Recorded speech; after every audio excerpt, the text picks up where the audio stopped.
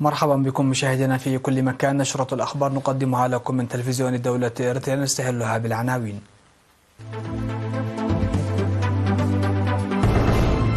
فخامة الرئيس إسياس أفورقي يستقبل رئيس البنك الأفريقي للتنمية الدكتور أكينومي أديسيانا. تنظيم معرض للصور بالفاتح من سبتمبر.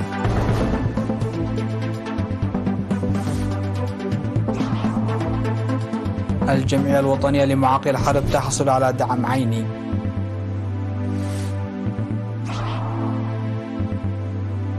مرشح المعارضة في الغابون يفسر الانقلاب بنظرية المؤامرة.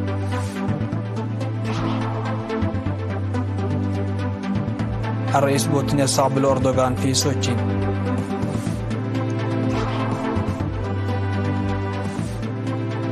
وإكواس تكشف حقيقة منح انقلابي النيجر مرحلة انتقالية.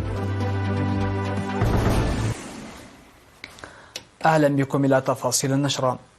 استقبل فخامة الرئيس إسياس أفورقي رئيس بنك التنمية الأفريقي الدكتور أكينومي أديسينا في قاعة دندن بعد ظهر اليوم.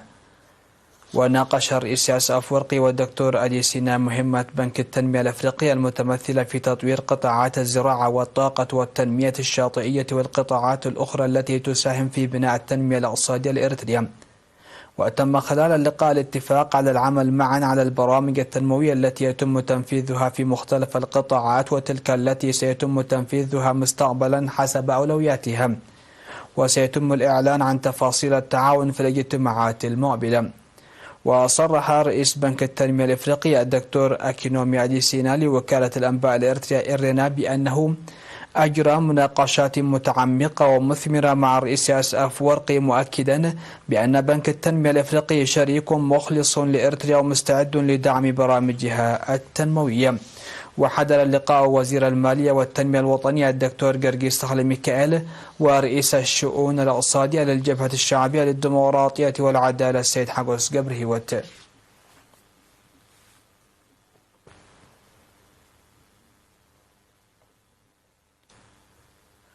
احتفلت البلاد بالذكرى 62 لبدء الكفاح المسلح للشعب الإريتري. ونظم مساء 31 من أغسطس حفلا كبيرا بالمناسبة في قاعة سينما روما في أسمر، اشتمل على فقرات ثقافية وفنية. يعكس هذا الحدث الذي نظمته اللجنة الوطنية لتنسيق الاحتفالات وبث على الهواء مباشرة على الفضائية الإريترية وإذاعة صوت الجماهير الإريترية، يعكس تطلع الشعب الإريتري إلى الاستقلال والثمن الباهظ الذي دفعه من أجل ذلك بجميع أشكاله. ورسالة الفاتح من سبتمبر والمسؤولية العميقة التي تحملها على مدى أجيال، فضلا عن النضال القوي للشعب الإريتري.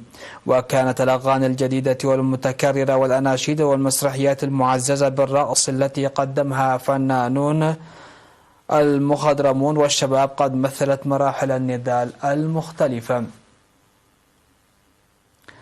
افتتحت هيئة جمعيات المناضلين معرض للصور في الأول من فاتح من سبتمبر إلى جانب مكتب إدارة الإقليم الأوسط بمناسبة الذكرى 62 لبدء الكفاح المسلح للشعب الإريتري.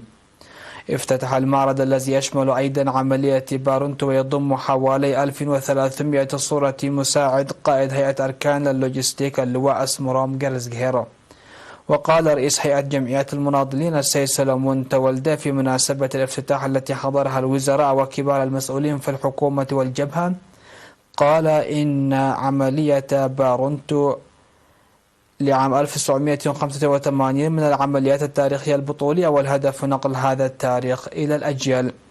وأوضح منسقو المعرض أن المحتوى يضم صور وخرائط الهجوم لتحرير مدينة بارونتو وحرب الاستنزاف التي تلتها والانسحاب، بالإضافة إلى صور وأسماء المناضلين الشهداء في عملية تحرير بارونتو مع تاريخ التحاقهم بالثورة واستشهادهم.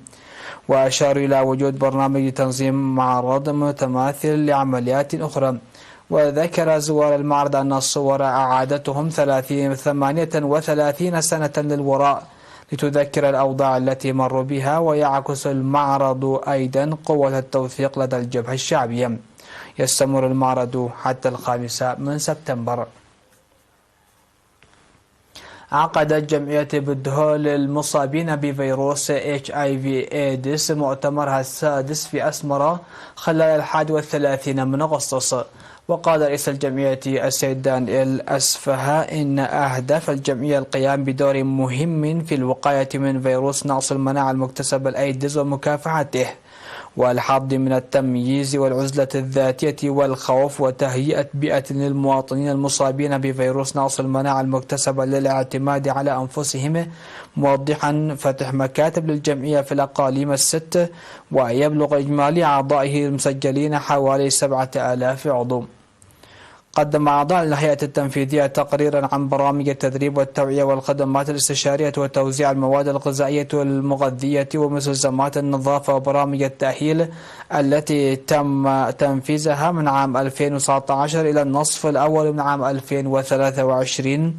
وقال المستشار القانوني لوزارة الصحة السيد محاري ولدو إن الحكومة تعمل من خلال وزارة الصحة لضمان المساواة في الوصول إلى الخدمات الصحية الفعالة والكافية أيضا، وأكد التوزيع المجاني للأدوية وتقديم كافة أنواع الدعم للضحايا من أجل خفض مرض الإيدز إلى الصفر.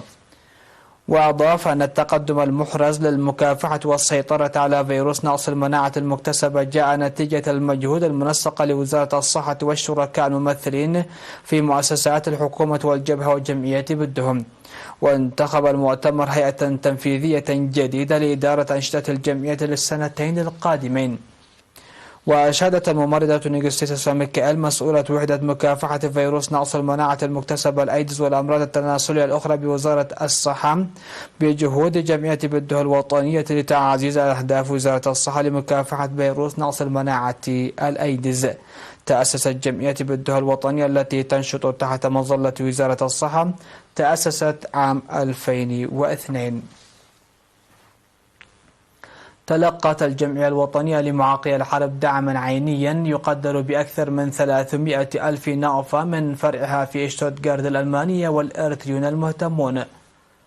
وسلم الدعم الذي شمل المقاعد المتحركة وإطاراتها وعكازات وأفرشة وغيرها في الأول من سبتمبر. وقال مسؤول التنظيم والإعلام في الجمعية السيد محمد نور إدريس إن الدعم مواصلة للمساعدات التي يقدمها المواطنون المقيمون في مختلف الدول وستوزع للأعضاء في جميع الأقاليم. وأعرب المهندس فصوم والدقرقيس الذي سلم الدعم عن سعادته لتسليم الدعم مباشرة للجمعية، وقال إن مساهمتهم جاءت انطلاقا من أن مساعدة معاقو الحرب لا تترك للجمعية وحدها.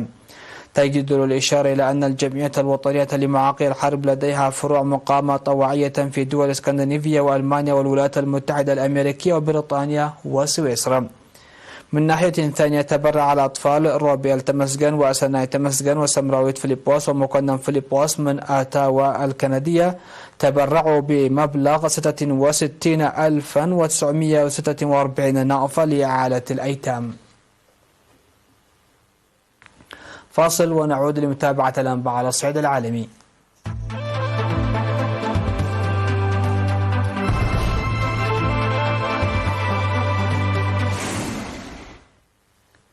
أهلا بكم. على الصعيد العالمي، قال مرشح المعارضة في الغابون البيرو أندوسان الجمعة أن انقلاب الجيش على الرئيس على بونو لم يكن سوى مؤامرة من جانب عائلة الرئيس للاحتفاظ بالسلطة وأبنائهم.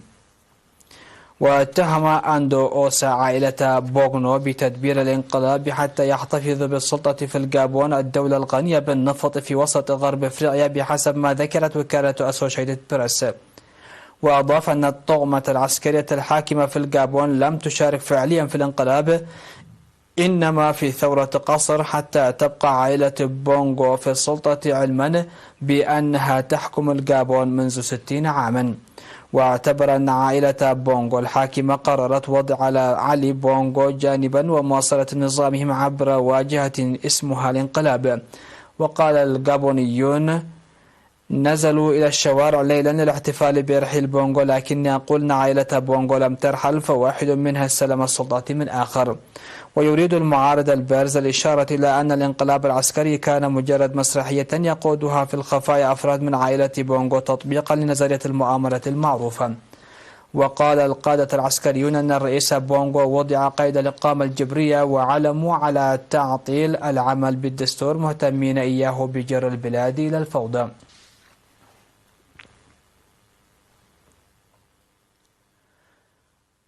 يستقبل الرئيس الروسي فلاديمير بوتين نظيره التركي رجب طيب أردوغان في مدينة سوتشي بجنوب روسيا الاثنين، وفق ما أعلن الكرملين الجمعة، وسط آمال بإعادة تفعيل اتفاق تصدير الحبوب الأوكرانية. وقال المتحدث باسم الرئاسة الروسية ديمتري بيسكيف إن المباحثات ستجري في سوتشي الاثنين، وكانت أنقرة أعلنت في وقت سابق هذا الأسبوع أن الرئيسين سيبحثان خلال اللقاء إمكان إحياء الاتفاق بشأن تصدير الحبوب الأوكرانية. وكان وزير الخارجية التركي هاكان فيدان أعلن خلال زيارته موسكو الخميس أن استئناف العمل باتفاق تصدير الحبوب حيوي للأمن الغذائي العالمي واستقرار منطقة البحر الأسود.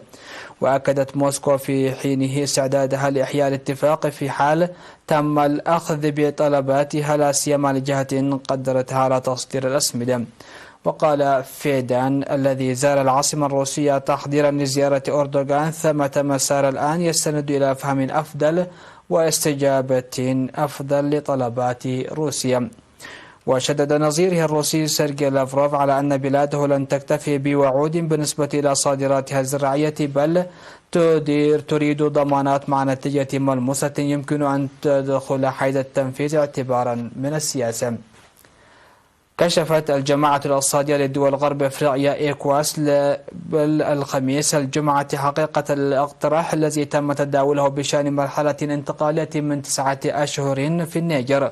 وأكدت إيكواس في بيان نشر على موقعها الإلكتروني أن كل ما نسب لها بشأن اقتراح مزعوم لمرحلة انتقالية منحت للمجلس العسكري في النيجر عار عن الصحة جملة وتفصيلا. وشددت في بيان أصدرته بوقت متأخر ليلة الخميس الجمعة على أن ما نسب لها مجرد أخبار مزيفة.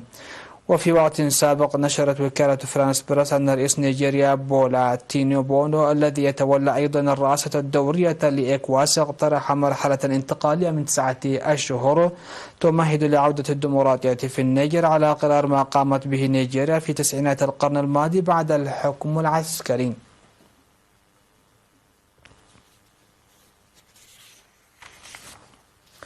أعلنت وزارة الدفاع الأرمينية الجمعة مقتل جنديين وإصابة 3 بنيران أذربيجانية قرب الحدود بين البلدين في ظل توتر المخيم على خلفية النزاع حول منطقة ناغورنو قرباخ. وقالت الوزارة في بيان لها إنه سقط قتيلان في المعركة وأصيب آخر برصاص الجيش الأذربيجاني في المواقع الأمامية الأرمينية قرب صوتك في جنوب شرق أرمينيا. في المقابل قالت أذربيجان أن أرمينيا قصفت مواقع في منطقة كالباغار بطائرات مسيرة، مما أسفر عن إصابة 2 من جنودها، وأضافت أنها كانت ترد على هجوم أرميني. ختام النشر هذا تذكير بأبرز العناوين. رئيس السياسة الأفريقية يستقبل رئيس البنك الأفريقي للتنمية الدكتور أكينومي أديسانا.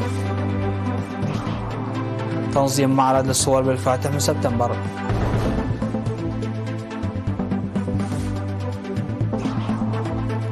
الجمعية الوطنية لمعاقل الحرب تحصل على دعم عيني.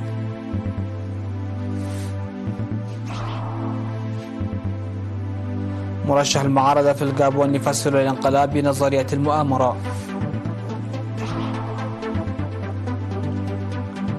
الرئيس بوتين يستقبل أردوغان في سوتشي.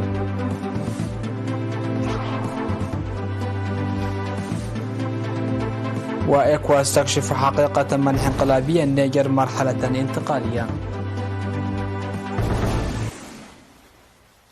انتهت النشرة، إلى اللقاء.